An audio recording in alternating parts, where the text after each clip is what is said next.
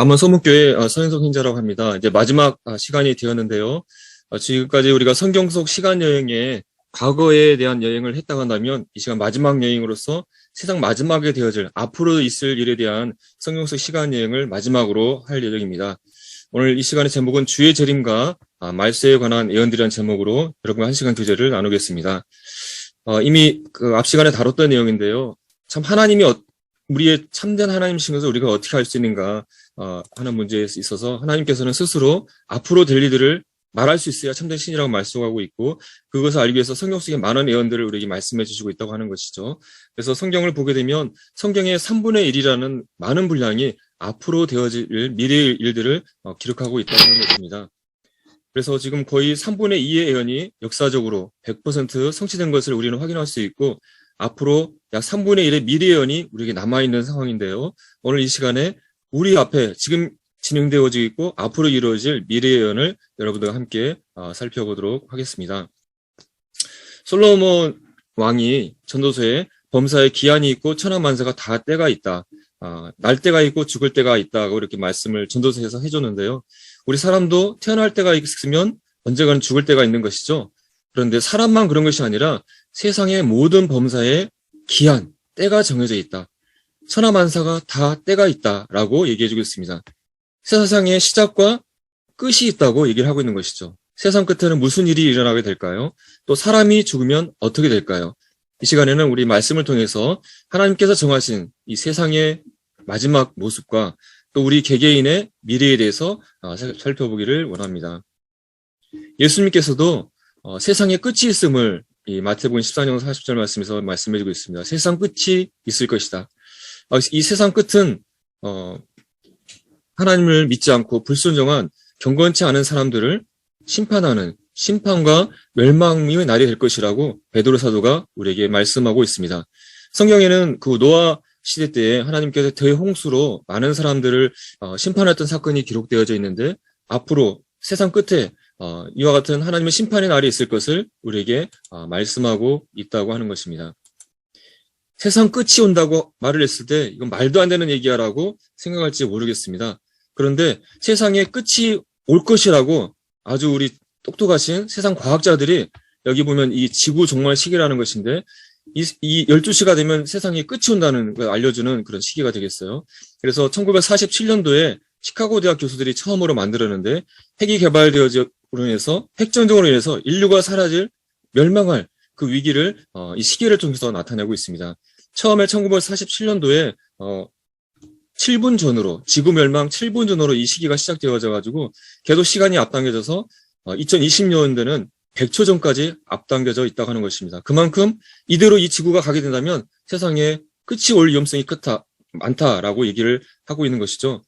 지구의 핵무기가 약 15,000개 정도가 있다고 그래요. 그런데 이 중에 1%만 터져도 지구상의 생물들이 다 멸절된다고 경고하고 있습니다. 우리 김정은 그 북한 지도자가 맨 핵을 개발하고 있잖아요. 그런 지도자가 버튼을 잘못 눌러가지고 핵이 하나가 터지기 시작하면은 지구상의 생명체가 다 죽을 수 있는 그런 위기 가운데 있기 때문에 이런 시계를 만들어서 경고하고 있는 것이죠. 또 최근에는 이런 지구온난화로 인해서 기상이변이 아주 많이 발생하고 있잖아요. 그로 인해서 점점 세상에 끝이 올 가능성이 크다라고 세상의 과학자들이 경고하고 있다고 하는 것입니다. 그런데 수천 년에 기록되진 하나님의 성경 말씀이 미래에 세상에 끝이 올 것을 우리에게 알려주고 있다고 하는 것입니다. 마태복음 24장을 보게 되면 예수님께 제자들이 감람산에 있을 때 다가와서, 예수님, 주의 임하심과 세상 끝에는 무슨 징조가 있겠습니까? 라고 질문을 한 장면이 나오게 되고, 이에 대한 답변을 예수님께서 해주시게 됩니다. 세상 끝에는 어떤 일이 있냐면은 바로 예수 그리스도의 다시 오심이 있다고 하는 것입니다. 예수님께서는 주님이 다시 오실 때에 세상 끝에 일어날 여러 가지 일들을 말씀해 주셨는데요. 예수님이 어떤 징조를 말씀하셨을까요? 그리고 지금 우리가 살고 있는 시대에 그런 일들이 일어나고 있는지 여러분들과 함께 살펴보기를 원합니다. 먼저 성경에서 말하는 세상 끝에 일어날 사건들의 이렇게 계율을 한번 살펴보도록 하겠습니다. 전 시간에 말씀드렸던 예수님께서 우리 2000년 전에 오셔서 우리 죄를 위해서 십자가에서 죽으셨죠. 또 지금 이제는 예수를 믿기만 하면 구원받는 교회 시대를 살고 있고 2022년이 지나가고 있습니다. 그런데 세상 끝이 오게 될 때에 예수 그리스도께서 다시 온다 그랬잖아요. 예수님께서 두 단계를 거쳐서 오시게 되는데 먼저 구원받은 성도들을 데리러 오시는, 그래서 세상에는 비밀로 오시는 공중 재림하는 사건이 세상 끝에 시작될 때에 일어나게 된다고 얘기하고 있습니다. 이때 성도들이 하늘로 공중으로 올라가서 예수님을 만난다고 했는데 그래서 휴거라고 우리가 부르고 있죠. 그렇게 되면 이 세상에 구원받은 사람들이 다 사라지게 되고 이 땅에는 믿지 않는 사람들만 남게 되는 것이죠. 그리고 이때에 적그리스도라 불리는 이 마지막 세상을 다스리는 통치자가 나타나서 세상 사람들을 다스리고 전 세계 사람들이 이 사람의 통치를 받고 이 사람을 경배하는 일이 있게 될 것입니다. 그리고 이 7년 환란기 때에 믿지 않는 자들만 남아있잖아요. 하나님께서 무시무시한 이 땅에 하나님의 심판이 내려지게 되고 이때 많은 사람들이 여러 가지 재난으로 인해서 거의 대부분의 사람들이 죽음을 맞게 될 것이라고 경고하고 있습니다. 그 7년의 시간이 지나게 되면 예수님께서 지상에 왕으로 내려오시는 지상 재림을 하게 되고 현재 우리가 살고 있는 이 시대는 끝나게 되고 예수님이 왕으로 다루시는 천년왕국이 시작된다고 얘기하고 있는 것입니다. 예수님께서 부활하셔서 40일 동안 제자들에게 보이신 다음에 이렇게 하늘로 이렇게 올라가셨습니다. 그때 천사들이 예수님을 쳐다보고 있는 제자들에게 이 예수는 하늘로 가심을 본 그대로 오실 것이다 라고 이렇게 말씀을 하셨습니다. 2000년 전에 예수님께서 우리의 죄를 사해주기 위해서 오셨었는데 이제 그때 공중으로 올라가셨던 예수님께서 다시 오실 것이라고 말씀하고 있는 것입니다. 그리고 또 중요한 사건 중에 하나가 예수님이 십자가에 죽으신 이후에 AD 70년에 이스라엘이 예루살렘이 멸망했는데 마지막 때에 이 멸망당한 이스라엘이 다시 회복될 것을 또한 예언하고 있습니다. 사도 바울도 예수님께서 다시 오실 것을 말씀하면서 예수님께서 호령과 천사장의 소리와 하나님의 나팔 소리로 하늘로부터 강림하실 것이다. 그때 그리스도 안에서 죽은 자들이 부활할 것이다. 이때까지 죽어있던 예수님을 믿었던 자들이 생명의 부활로 부활하고 또 그때 죽지 않고 살아있는 자들도 동일하게 변화된 몸을 입고 그들과 함께 공중으로 속으로 끌어올려 공중에서 주를 영접하게 될 것이다라고 예수님의 공중재림과 교회의 휴거를 우리에게 알려주고 있습니다.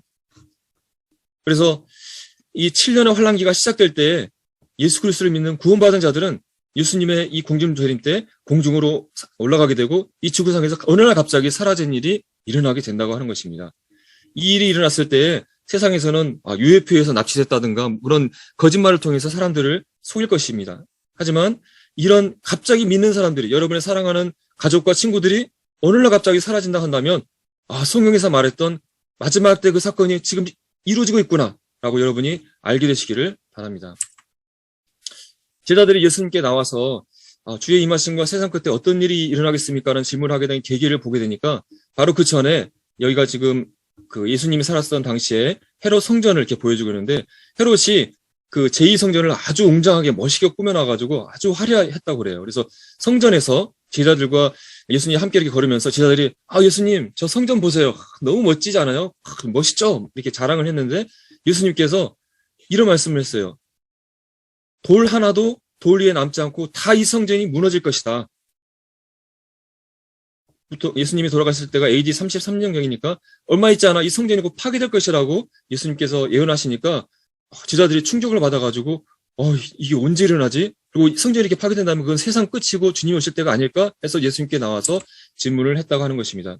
예수님께서 말씀하신 이 성전이 파괴될 예언은 AD 70년에 성취된 것을 우리는 역사를 통해서 알 수가 있습니다. AD 66년경에 이스라엘에서 그 반란이 일어났고 로마가 이걸 진압하려 애썼지만 진압이 안 됐을 때 로마 장군 타이터스 장군이 AD 70년경에 8만의 로마 군대를 이끌고 와서 예루살렘을 공격했는데 쉽게 이게 해결이 되지 않았어요. 그래서 마지막으로 6개월간 예루살렘을 토성을 쌓아가지고 이 안에 사람들을 그냥 완전히 죽인 상태까지 빠뜨린 다음에 성을 공격해서 예루살렘과 성전을 철저하게 파괴하는 일이 AD 70년에 일어났다고 하는 것입니다. 타이터스 하면은 뭔가 굉장히 싸움 잘할 것 같다는 느낌이 들지 않아요? 이 사람은 나중에 황제도가 되었는데요.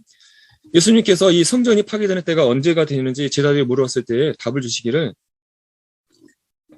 예루살렘이 군대들에게 에워싸이는 것을 보거든 그 멸망이 가까운 줄을 알라고 말씀하셨는데 실제로 로마 군대가 이 예루살렘을 공격하기 위해서 토성을 쌓아서 포위하는 일이 실제로 일어났고 이 예수님의 말씀을 듣고 알았던 사람들은 이 토성을 쌓는 것에서 보고 멸망이 왔구나. 어서 도망가야겠다고 도망을 해서 그들의 생명을 구했다고 합니다.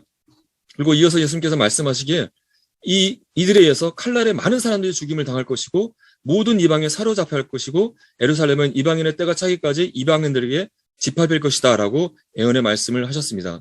실제로 이때 110만 명의 이스라엘 사람들이 죽임을 당하고 9만 7천 명의 사람들이 각 이방 나라로 포로로 잡히는 처참한 일이 일어났다고 합니다.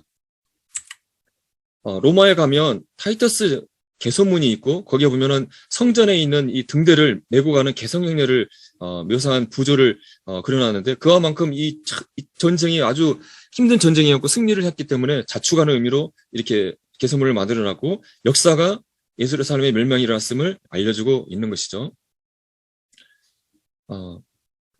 이 당시에 타이투스 장군은 예루살렘 성전을 보존하기를 원했지만 어떤 병사가 횃불을 던져가지고 성전에 화재가 나게 되었고 불이 나면서 그 성전을 벽을 덮고 있던 금이 녹아내려서 돌 사이에 돌이 녹아내리게 하니까 나중에 그 금을 캐내기 위해서 병사들이 돌을 다 펴지기 시작하면서 돌 하나도 돌이 남지 않고 다 무너뜨릴 것이라는 예수님의 예언이 문자적으로 성취된 것을 역사는 알려주고 있습니다.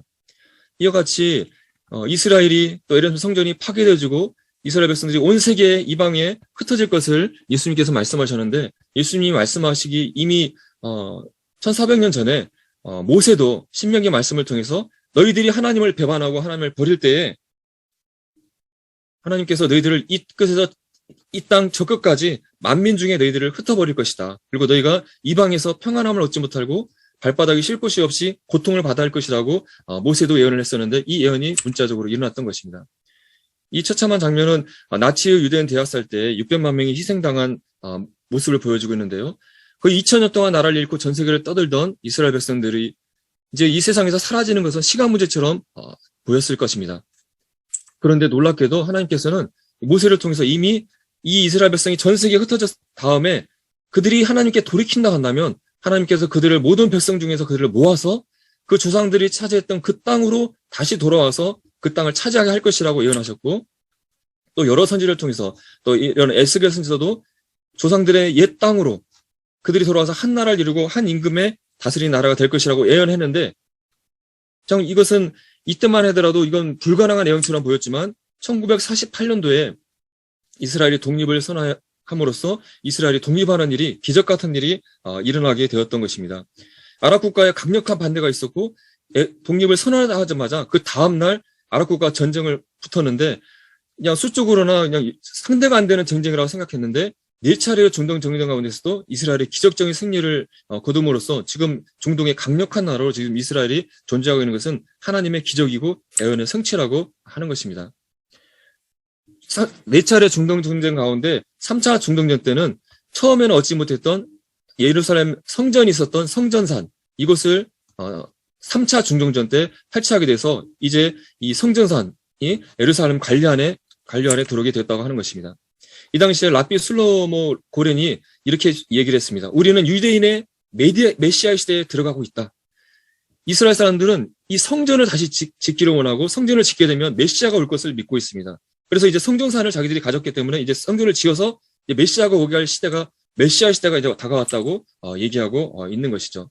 예수님께서도 이스라엘이 독립할 것을 말씀하셨는데 무화과 나무의 비유를 배우라. 그 가지가 연해지고 잎사귀를 내면 여름이 가까운 줄을 안다고 말씀하셨습니다.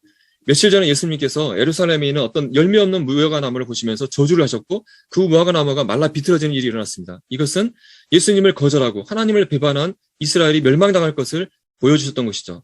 근데 마지막 때가 됐을 때에 이 죽어 말라 비틀어진 무화과 나무가 가지가 연해지고 잎사귀를 내면서 회복될 것이다. 이것은 바로 이스라엘이 회복될 것을, 독립될 것을 얘기하고 있는 것이고 이런 일이 일어난 것을 보게 되면 인자가 가까이 곧 문 앞에 이른 줄 세상이 마지막에 온 것을 알아야 된다고 얘기하고 있습니다. 이 세대가 지나기 전에 다 이룰 것이라고 말씀하셨는데 한 세대는 한 인간의 태어나서 죽을 때까지 한 수명을 의미하는 의미도 있기 때문에 1948년도에 태어난 사람들이 지금 약 73세, 74세 정도가 되고 있는데 이 사람들이 다 죽기 전에 주님이 다시 오실 것이라고 우리는 예상할 수 있을 것입니다. 예수님께서 제자들의 세상 끝에 일어날 징조들에 대해서 질문에 예수님께서 이런 답들을 주셨습니다. 사람들이 와서 내가 메시아다, 내가 그리스도라고 얘기할 것이다. 그리고 민족과 민족이 나라가 나라를 대적하여 전쟁과 분쟁이 일어날 것이다. 세계 곳곳에 큰 지진과 기근과 전염병이 일어날 것이고 세계 곳곳에 무서운 일과 하늘로부터 큰 징조들이 나타날 것이다. 라고 말씀하셨습니다. 그러면서 이 모든 것은 재난의 시작이라고 말씀했습니다. 다른 번역에서는 산통의 시작이라고 얘기하고 있는데 산모가 애를 낳을 때 처음부터 막 배가 갑자기 아픈 것이 아니라 통증이 천천히 약하게 나타났다가 점점 강하고 자주 나타나다가 아이를 낳는 것처럼 이런 전쟁과 지진과 기근이 전염병이 조금씩 나타나다가 점점 주님이 가까울수록 더 강하게 더 자주 나타나다가 환란기가 들어갔을 때 엄청난 하나님의 심판이 올 것을 우리에게 말씀해주고 있는 것입니다. 이 세계에 1500명 이상의 자신이 메시아라고 하는 사람들이 존재한다고 얘기하고 있고 우리나라만 하더라도 여기에 이분들이 다 메시아예요. 그리스도라고 하시는 분들이에요. 여러분 익숙한 분은 이만희 씨일 텐데 신천지 이런 우리나라에도 수많은 자기가 메시아라는 거짓 그리스도인이 나타나고 있고 이런 일들이 점점 더 많아질 것이라고 예수님께서 말씀하고 있습니다. 이스라엘 독립했을 즈음에 1차 세계전쟁이 일어나서 수많은 사람이 죽었는데 그 이후로도 민족 간의 갈등, 나라 간의 갈등, 종교 간의 문제로 전쟁과 분쟁과 테러가 계속해서 일어나고 있고 지금도 우리가 작년에 아프간 그 문제가 있었고 지금도 우크라이나가 러시아가 막 싸우려고 하고 있고 세계 곳곳이 전쟁을 위기 가운데 있고 이것은 점점점 심해질 것입니다. 또 지진도 전 세계적으로 강도 6의 강진이 1900년대만 하더라도 5번 이하 별로 나타나지 않았는데 2000년에 들어오니까 수십 회 강력한 지진들이 지금 마구자구 일어나고 있습니다. 여기 보면은 세계 곳곳에 일어났던 지진과 쓰나미를 보여주고 있는데 우리가 얼마 전에 일어났던 그런 그 일본 바다에서 쓰나미가 일어나서 막 15,000명이 죽고 또 인도네시아에서 쓰나미가 일어나서 막 20만 명이 죽고 이런 강력한 무시무시한 지진들이 점점 일어나고 있는 것을 우리는 봅니다. 우리나라도 지진이 별로 일어나지 않는 나라였었는데 예전에는 총 지진이 뭐 20회밖에 일어나지 않았다 한다면 지금은 거의 70회 이상 지진이 우리나라에서도 자주 일어나고 있고 우리나라에서 일어났던 주요 지진들의 모습을 보여주고 있는데 우리나라도 지금 지진이 자주 일어나고 있다고 하는 것입니다. 또 기근을 보게 되면 우리나라 잘 살기 때문에 굶주리지 않지만 세계 곳곳에 많은 사람들이 굶주림 가운데 고통받고 있다고 하는 것이죠. 2000년도에 8억 명 인구의 10%가 기아에 굶주리고 있고 세계 인구의 25%가 물 부족을 겪고 있다고 합니다. 그리고 이것이 점점 좋아지는 것이 아니라 해마다 점점 많은 물 부족을 겪고 사람들이 기아에 굶주리는 사람들이 점점 늘어나고 있다고 얘기하고 있는 것입니다. 또 전 세계적인 전염병이 세계에 퍼질 것이다. 우리가 에볼라 바이러스, 사스, 메르스, 신종플루 이런 전염병들이 과거에 있었는데 지금 우리가 무엇으로 고통받고 있습니까? 지금도 왜 우리가 모이지 못하고 이렇게 줌으로 강의를 있죠? 중국에서 시작된 코로나 바이러스가 2년 동안 전 세계를 뒤엎고 지금 전 세계적으로 500만 명 이상의 사람들이 죽음을 맞이하고 있는데 이 코로나 바이러스가 지금 100년 만에 전 세계 많은 사람을 발생시킨 질병으로 지금 알려져 있는데 이러한 전 세계적인 전염병이 일어난 것은 결코 우연이 아니라 마지막 예수 그리스도가 오심을 알려주는 하나님의 징조라는 것을 우리는 알아야 할 것입니다. 또한 예수님께서 무서운 일과 하늘로부터 큰 징조들이 있을 것이라고 말씀했는데 하늘로부터 징조, 하늘에 나타나는 여러 가지 이상 현상들이기 때문에 이것은 기상이변과 관련된 징조일 것입니다. 여러분도 잘 아시다시피 전 세계적으로 한 번도 경험하지 못한 무시무시한 대홍수, 폭염, 가뭄, 슈퍼태풍, 허리케인, 토네이도 이런 일들이 세계 곳곳에서 일어나서 수많은 사람들이 죽고 건물들이 무너지고 사람들이 집을 잃고 하는 일들이 계속해서 일어나고 있고 해가 밝힐수록 점점 강력한 기상이변들이 일어난 것을 여러분 잘 아실 것입니다. 과학자들은 그 이유가 사람들이 이런 탄소를 많이 발생시켜서 이산화탄소가 지구상에 많이 증가하고 있다. 그로 인해서 지구온난화가 일어나서 이런 일이 일어났다고 얘기하고 있습니다. 그래서 예전 산업화 이전보다 이미 지구온도가 평균 1도 상승하였는데 2도를 넘기면은 지구가 굉장히 위험해진다 얘기하고 있습니다. 그런데 이미 2050년만 돼도 2도 역제선을 넘어갈 것이라고 얘기하고 있고 2100년이 되면 3도가 넘을 것이라고 암울한 전망을 내놓고 있는 것이죠.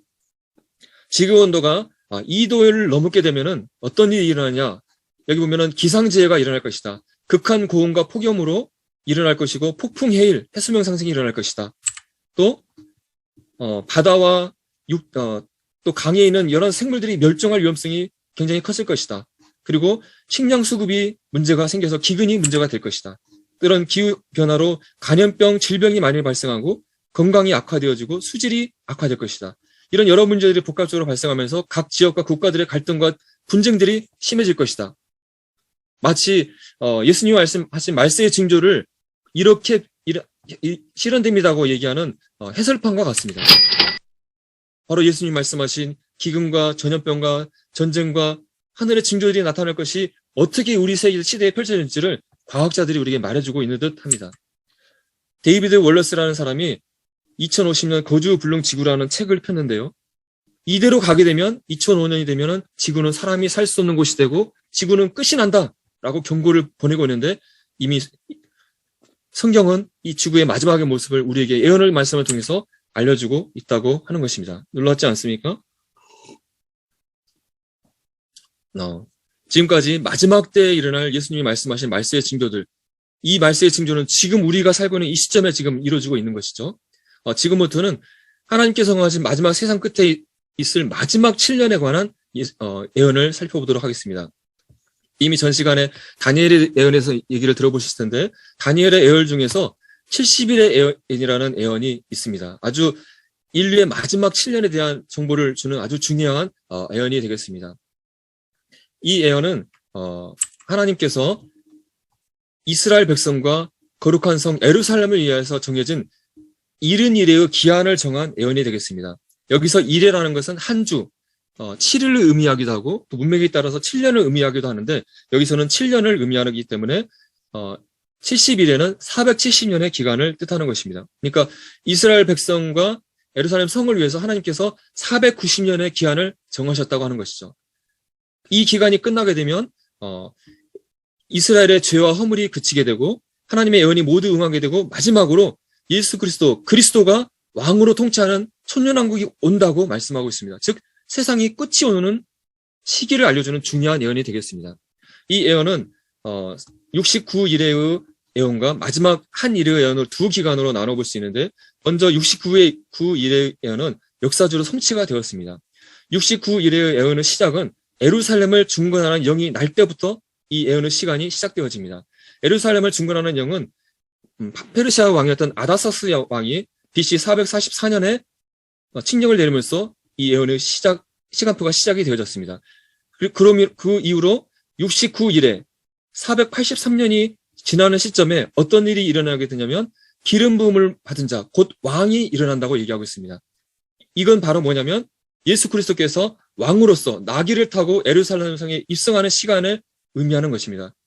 이것은 역사적으로 정확하게 이루어졌는데 483년을 성경의 시간으로 해석하면 성경에서는 한 달이 30일, 1년이 360일이기 때문에 이것을 환산하게 되면 476년 25일이 되겠는데 정확하게 AD 33년 3월 30일 예수 그리스도께서 종료주일에 예루살렘에 사람들의 환영을 받으면서 왕으로서 입성을 하셨던 것이죠. 그래서 이 예언은 예수 그리스도께서 인류의 죄를 구하기 위해서 이 땅에 언제 오실 건지를 알려주는 정말 놀라운 예언이고 그 시간을 정확하게 지켜서 예수님이 오셨다고 하는 것입니다. 그리고 이어서 말씀하기를 이 69일의 예언이 지난 다음에 기름 부음 받은 자 예수 그리스도가 끊어져 없어질 것이다. 끊어져 없어질 것이다. 자연스러운 죽음을 맞는 것이 아니라 끊어져 없어진다. 즉 십자가에서 죽으실 것을 예언하고 있었던 것입니다. 또 이어서 장차 하나님의 백성 바로 로마 장군 타이터스 장군이 와서 그 성읍과 성소를 무너뜨릴 것이다. AD 70년에 예루살렘과 성전을 회파한 이 사건을 정확하게 거의 500년 전에 예언을 하였고 이것이 문자적으로 성취된 것을 우리가 보게 됩니다. 자, 이제 우리의 관심은 마지막 남아있는 한 일에 인류 역사의 마지막 7년에 관한 예언이 되겠습니다. 이 예언의 시작은 그가 장차 많은 사람들과 더불어 한 일회의 동안에 언약을 맺는 것으로 시작이 되어집니다. 그는 이 세상을 다스릴 마지막 통치자, 적그리스도입니다. 그가 많은 사람들과 7년의 언약을 맺게 할 것이다. 그가 그 일회의 절반의 제사와 예물을 금지할 것이다. 그리고 일회의 절반이 3년 반이 지날 때에 그 언약을 깨뜨리고 제사와 예물을 금지할 것이라고 얘기하고 있는데 이 언약은 그럼 무엇이냐? 바로 제사와 예물을 드리도록 하게 한다는 것이죠. 즉 예루살렘 성전을 짓게 하고 이스라엘 사람들이 다시 하나님께 제사를 드리고 예물을 드리도록 허락한다고 하는 것입니다. 즉 이 마지막 7년의 시작은 적그리스도가 이스라엘 사람들과 세상 사람들과 평화조약을 맺어서 이제 예루살렘 그곳에 하나님의 성전을 짓게 하는 일을 하고 이스라엘 사람들에게 하나님께 예배를 드리게, 제사를 드리게 하는 것을 허락하는 것으로 이 마지막 7년의 시작이 될 것이라고 알려주고 있습니다. 그런데 3년이 반에 진행이 되게 되면 적그리스도가 돌변해서 제사를 금지하게 되고 이스라엘 백성을 탄압할 것을 얘기하고 있고, 그 성전에, 하나님의 성전에 자신의 우상, 계시록을 보게 되면 적그리스도가 죽었다 살아나게 되는데 자신의 우상을 세워서 그것을 성전의 지성소에 포악하고 가져간 것이 이 적그리스도의 우상인데, 이것을 날개, 지성소에 있는 천사의 날개에 있는 지성소에 세워서 사람들에게 이 짐승의 우상에게 절을 하게 하고 육륜표를 받아서 매매를 하게 하고, 그렇지 않은 사람은 다 죽이는 이런 독재 정치를 할 것을 말씀하고 있습니다. 그런데 이 적그리스도의 이 통치는 이미 종말이 정해져 있다. 7년의 기간으로 정해져 있다고 말씀하고 있고, 7년의 기간이 되면 지상에 재림하는 예수 그리스도에 의해서 이 적그리스도는 심판을 받아서 유황 불못에 집어 던져진다고 성경은 예언하고 있습니다. 그리고 이 7년의 기간이 끝나면 우리가 보고 있는 이 현존하는 세상은 마치게 되고 예수 그리스도께서 왕으로 다시는 천년왕국이 시작된다고 하는 것입니다. 그래서 이 다니엘의 70일의 예언은 세상의 끝에 7년에 어떤 일이 일어날지, 누가 이 세상을 지배할지, 또 예수 그리스도께서 언제 메시아로 통치할지 그 시점을 정확하게 알려주는 정말 중요한 예언이 되겠습니다. 이 세상의 마지막 통치자 적그리스도가 어떤 나라에서 나올지 다니엘서 2장 느부갓네살 왕의 신상의 예언을 통해서 말씀해주고 있는데요. 이미 전 시간에 여러분 얘기를 들으셨죠? 이 신상의 예언은 세계를 다스릴 세계 제국을 보여주는데, 금머리인 바벨론, 은이었던 페르시아, 노시였던 표범, 쇠였던 로마, 이 제국들은 이미 존재했다가 사라졌던 나라입니다. 근데 이 마지막 때에 예수 그리스도가 천년왕국을 세우는 마지막 때에 다스릴 나라를 알려주고 있는데, 그것은 달과 발가락의 나라고, 이 나라는 특이하게 쇠와 진흙이 섞여 있는 나라입니다. 그래서 이 나라는 얼마나 든든하지만 얼마나 부서질 만한 나라고, 특이하게 여러 민족이 서로 섞여 있는 나라다라고 얘기하고 있습니다. 다니엘서 7장에 보게 되면 이 나라는 넷째 짐승의 10뿔의 나라로 얘기하고 있는데, 이 발에 10발가락이 있는 것처럼 이 10뿔은 10왕이라고 얘기하고 있고, 이 마지막 날은 10왕이 다스리다가 한 왕이 등장해서 3명의 왕을 복종시킨 다음에 그 나중에 나타난 왕이 전 세계를 지배하는 적그리스도 통치가 될 것을 성경은 얘기해주고 있습니다. 이 나라는 쇠와 진흙이 섞여 있는데, 쇠로 만들어진 다리가 로마였잖아요. 그렇기 때문에 로마의 바탕을 둔 나라일 텐데, 로마의 그 땅에 여러 나라와 여러 민족이 섞여져 있는 그 나라가 등장해서 거기에 10왕이 통치하다가 한 왕이 나타나서 세계를 지배할 것을 얘기하고 있는데, 바로 그러한 모습의 나라가 지금 바로 이 로마의 땅인 유럽 연합의 모습으로 지금 나라가 존재하는 것을 우리는 보게 됩니다. 이 유럽 연합은 1993년도 마스트리히트 조약을 통해서 처음에 12개의 나라로 시작이 돼서 지금 27개국까지 늘어나는데, 1999년에 단일 화폐를 사용하는 경제 통일이 일어났고, 2009년에 리스본 조약을 통해서 하나의 대통령을 선출하여서 정치적 통합까지 이루고 있습니다. 지금 유럽 연합의 추세는 이제는 강력한 10개의 나라의 주도하에 미국처럼 강력한 한 지도자가 나타나서 강력한 나라를 만들자, 그런 움직임들이 있다고 합니다. 이곳에 나중에 한 지도자가 나타나서 세계를 지배하는 적그리스도가 나타나게 될 것을 우리는 예상할 수가 있는 것이죠. 여기가 바로 예루살렘에 가게 되면 옛 예루살렘 성전이 있었던 성전산에 지금 현재는 이슬람 사원인 바위 사원이 돔 황금 사원이 있는 것을 보게 됩니다. 이곳에 이제 예루살렘 하나님의 성전이 7년 환란기 때에 세워지게 될 것을 성경은 예언하고 있습니다. 사도 바울도 데살로니가 후서에서 적그리스도를 멸망의 사람, 불법의 사람이라고 얘기하면서 그가 하나님의 성전에 앉아서 자기가 하나님이라고 내세울 것이라고 사도 바울도 우리에게 말해주고 있습니다.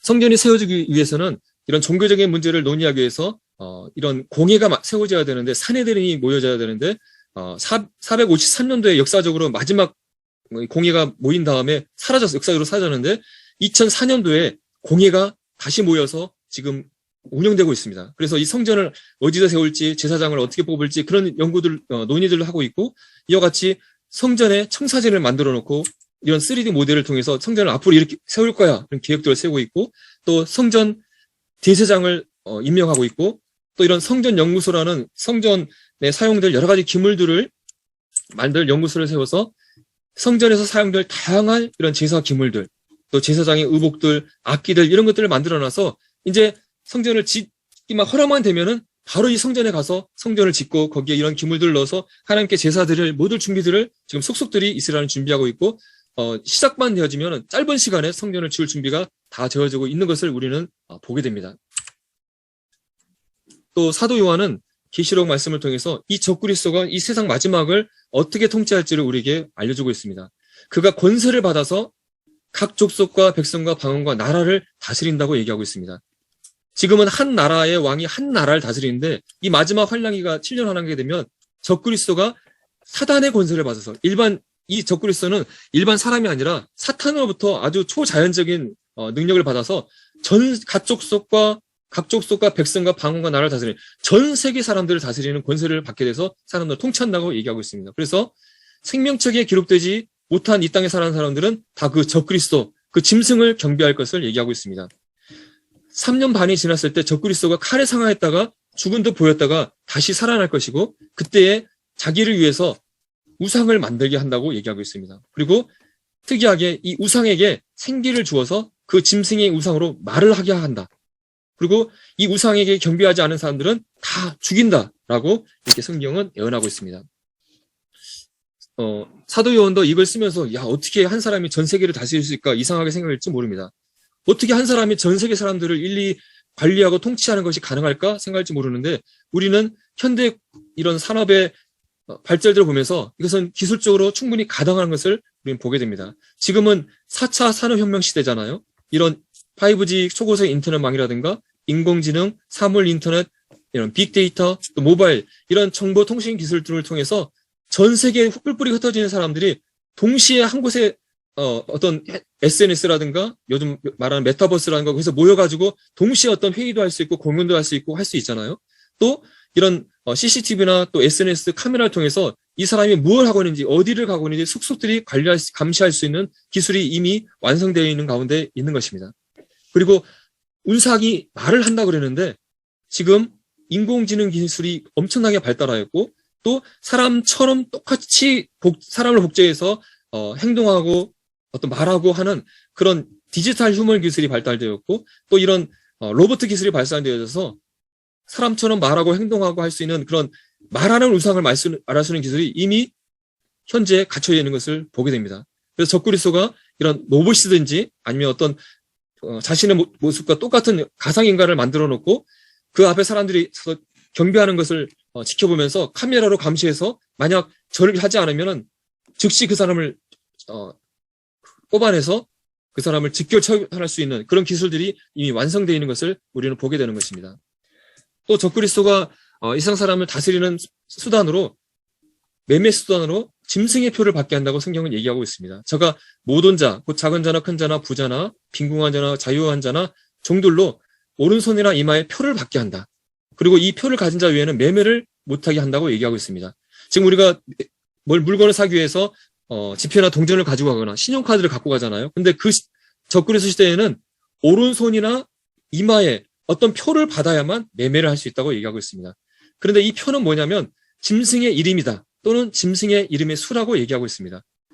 그러면서 이 이름의 수는 사람의 숫자 666이라고 얘기하고 있습니다. 여러분 혹시 666표 이 얘기를 들어봤을 텐데 이 666표를 오른손이나 이마에 받아야만 매매를 할 수 있다고 얘기하고 있습니다. 이 짐승의 표가 짐승의 이름인데 또한 짐승의 이름의 숫자라고 얘기하고 있습니다. 이게 어떤 의미일까 우리는 잘 이해하기 어렵지만 이런 히브리어나 헬라어에는 알파벳에 숫자가 의미를 가지고 있습니다. 그래서 어떤 단어를 보게 되면 그 알파벳의 숫자를 더해서 그 이름의 숫자를 계산할 수가 있다고 합니다. 그래서 게마트리라고 얘기하는데 예를 들면은 네로 황제라는 이름을 이와 같이 히브리어로 바꿔서 이 숫자들을 더하면은 666이 나오게 되는데 7년 환란기 때 짐승의 이름, 그 표의 이름을 알게 되면 그것을 숫자로 계산해 보게 되면 666이 나올 것이라고 우리에게 알려주고 있는 것이죠. 또 우리가 돈이나 어떤 동전이 없이 표를 가지고 매매하는 것이 어떻게 가능할까? 사도 요한은 이 의미를 몰랐을 거예요. 하지만 우리는 너무나 잘 이해할 수 있어요. 왜냐하면 이미 우리는 현금이 없이 계산하는 시대를 살고 있기 때문이죠. 우리는 돈이 필요 없이 신용카드나 핸드폰 이런 칩을 통해서 물건을 삽니다. 돈 필요 없이 신용카드 딱 찍고 핸드폰 찍고 물건을 거래하잖아요.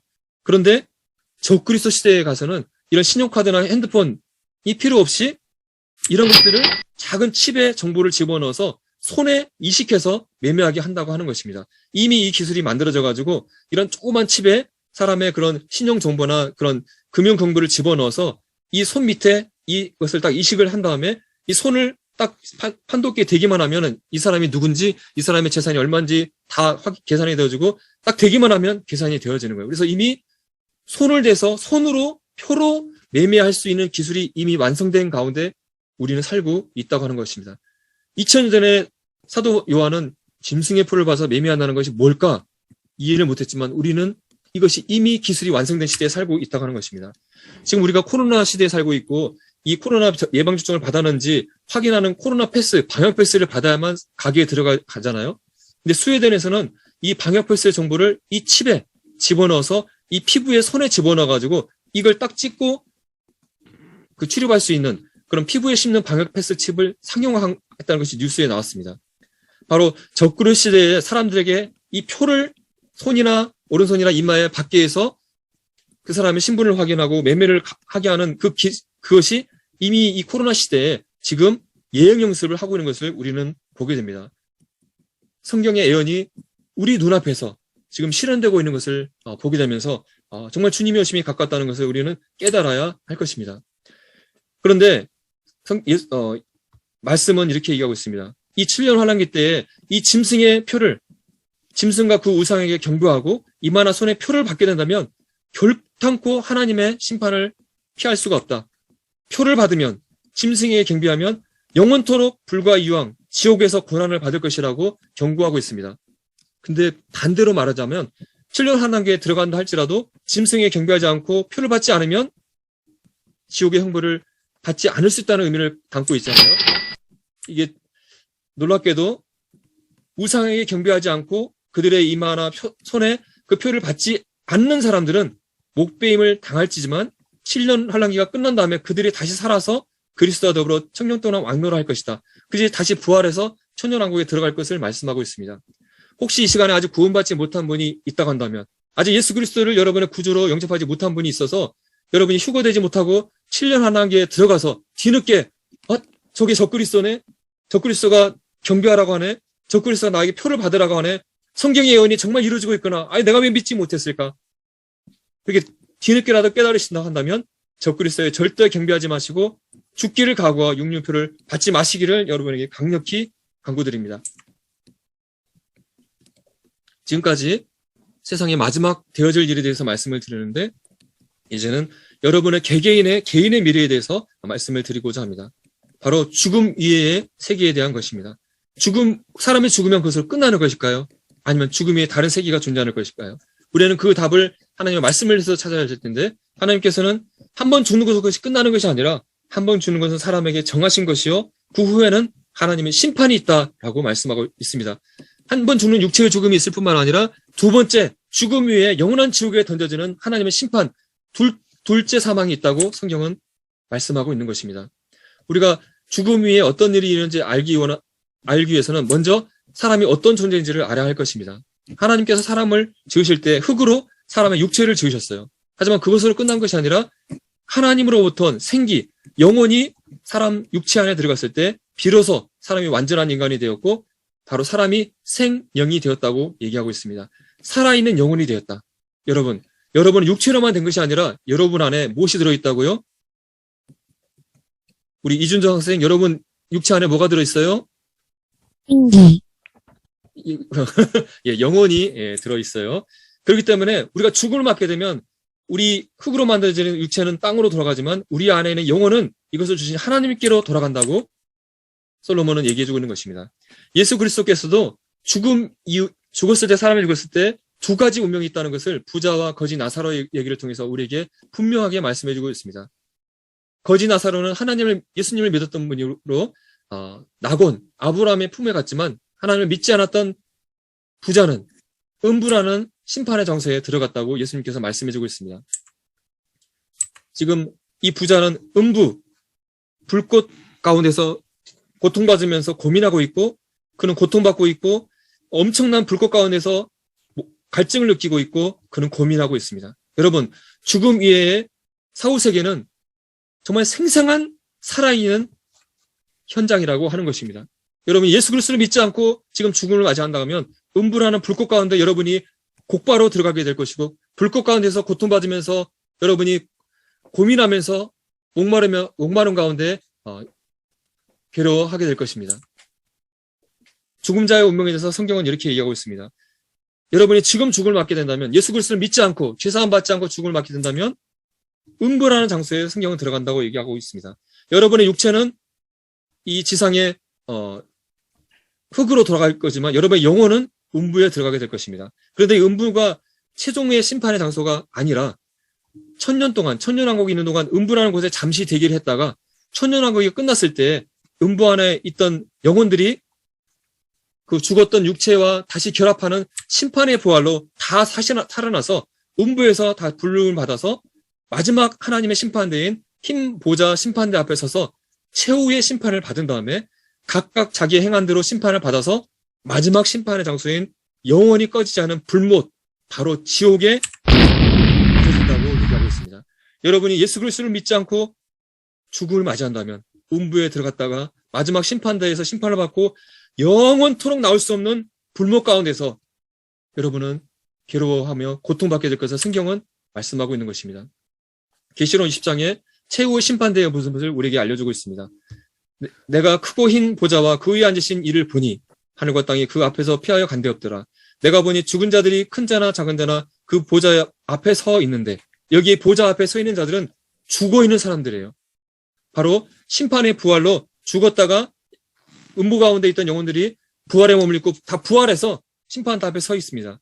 거기 앞에 책들이 있는데 생명책이 있는데, 이 생명책은 구원받은 사람들의 이름이 있고 또 다른 책이 있는데 그 책에는 죄인들의 모든 행위들이 다 기록된 책입니다. 그래서 자기의 행위를 따라 책들에 기록된 대로 심판을 받게 된다고 말씀하고 있습니다. 그래서 각 사람이 자기의 행위대로 심판을 받아 영원토록 꺼지지 않은 불못에 집어 던져진다. 이것이 하나님을 믿지 않는, 예수 그리스도를 거절한 사람의 최후의 운명이라고 하는 것입니다. 이것을 둘째 사망, 불못이라고 말씀하고 있는 것입니다. 여러분은 영혼의 시간을 어디에서 보내기를 원합니까? 우리 이준서 학생 어디에서 보내기를 원해요? 이준서 학생. 천국이요. 네. 우리 안치우 학생은 어디서 보내고 싶어요? 저도 천국이요. 네. 천국에 갈 수 있어요? 어때요? 갈 수 있어요. 갈 수 있어요. 아유, 정말 다행입니다. 여러분의 영혼의 시간을 어디서 보낼지는 바로 여러분의 선택에 달려있다고 하는 것입니다. 아들을 믿는 자에게는 뭐가 있다고요? 이준석 학생. 아들을 믿는 자에게 뭐가 있어요? 영생. 네. 아들을 순종하지 않은 자에게는 영생을 보지 못하고 뭐가 있다고요? 이준석 학생. 하나님의 진노요. 네. 하나님의 진도, 하나님의 심판, 지옥의 심판이 있다고 하는 것입니다. 우리 모든 사람은 이 두 가지 갈림길 가운데 있고 바로 선택을 통해서 이것이 결정된다고 하는 것입니다. 어떤 선택입니까? 바로 예수 그리스도를 자신의 개인의 구주로 영접하느냐 거절하느냐 하는 것입니다. 바로 우리가 우리 인생들이 받을 이 무시무시한 영원한 이 지옥의 형벌을 받지 않도록 하기 위해서 하나님의 아들 예수 그리스도께서 바로 2000년 전에 이 땅에 오셔서 그 십자가 위에서 우리를 죄를 사하기 위해서 처절하게 피를 흘려주시면서 죽어주셨던 것입니다. 하나님의 뜻은 우리 사람들을 괴롭히면서 막 괴롭히고 막 심판하고 막 그들 멸망당기를 결코 원하지 않았어요. 하나님은 모든 사람이 구원받고 하나님이 계신 천국에서 하나님과 영원토록 살기를 원하십니다. 그래서 구원받을 수 있도록 예수 그리스도를 보내주셨다고 하는 것입니다. 다만 인간 스스로가 하나님의 이 구원의 계획인 예수 그리스도를 믿지 않고 스스로 거절했기 때문에 본인이 선택하여서 바로 영원한 지옥 형벌을 받게 된다고 하는 것입니다. 오늘 이 시간에 여러분들과 함께 성경에 예언되어진 세상 끝에 일어날 사건들과 또 구원받지 않은 자들이 앞으로 있을 운명에 대해서 여러분과 살펴보았습니다. 우리는 여러 징조들을 통해서 말세의 마지막 예언들이 성취되고 있음을 보게 됩니다. 세상의 마지막 예수 그리스도의 다시 오심이 아주 가까운 것을 우리는 보게 됩니다. 여러분, 정말 다행인 것은 지금은 우리는 예수 그리스도를 믿기만 하면 은혜로 정말 거저 예수 그리스도를 믿고 구원받을 수가 있습니다. 하지만 여러분이 지금 예수 그리스도를 믿기를 거절하고 예수 그리스도가 왔을 때 공중으로 휴가되지 못하고 이 7년 환란기에 들어간다 한다면 그때 뒤늦게 아차 내가 그때 믿을 걸 늦게 깨닫는다 한다면 여러분의 믿음을 죽음으로써 순교로서 적그리스도의 우상에 경배하지 않고 이 짐승의 표를 받지 않게 되면 이 적그리스도가 그런 사람들을 막 죽인다고 했는데 죽음으로써 여러분의 신앙을 증명해야 되는 정말 참 무서운 때를 들어가게 될 것입니다. 지금은 은혜 받을 만한 때요. 지금은 구원의 날입니다. 여러분 예수 그리스도를 믿기만 하면 장래의 노하심에서 우리를 건져주시는 분이 우리 놀라운 우리 구주 예수 그리스도이십니다. 오늘 이 시간에 말씀을 들은 여러분들 가운데 구원받은 분들도 있겠지만 또 아직 예수님을 알지 못하고 구원받지 못한 분이 혹시라도 있을지 모르겠습니다. 오늘 이 창조과학 스쿨을 통해서 정말 내가 예수 그리스도를 믿어야 되겠다. 예수 그리스도의 이 놀라운 구원의 은혜를 받고 정말 예수 그리스도를 위해서 살아야겠다 하는 믿음을 여러분이 갖기를 원하고 여러분의 남은 시간들을 정말 나를 구원해 주신 예수 그리스도를 위해서 정말 주님이 오실 때까지 주를 위해서 살다가 정말 기쁨으로 예수 그리스도를 정말 맞이하는 우리 청소년들이 되기를 바라면서 제 강의를 마치도록 하겠습니다. 장시간 말씀 들어주셔서 감사합니다. 수고하셨습니다.